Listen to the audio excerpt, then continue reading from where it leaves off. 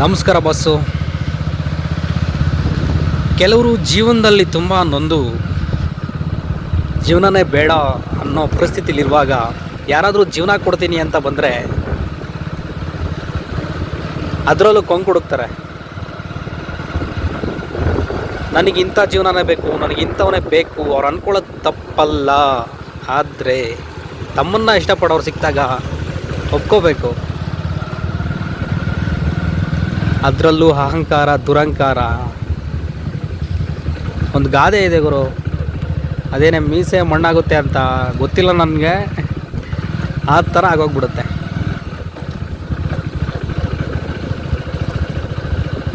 ಜೀವನ ಕಷ್ಟದಲ್ಲಿದ್ದರೂ ನನ್ನನ್ನು ಅರ್ಥ ಮಾಡ್ಕೊಳೋದು ಬೇಕು ಅನ್ನಲ್ಲ. ನನಗೆ ದುಡ್ಡು ಬೇಕು, ನಾನು ಲೈಫ್ನ ಎಂಜಾಯ್ ಮಾಡಬೇಕು, ಆ ಥರ ಇರ್ತಾರೆ.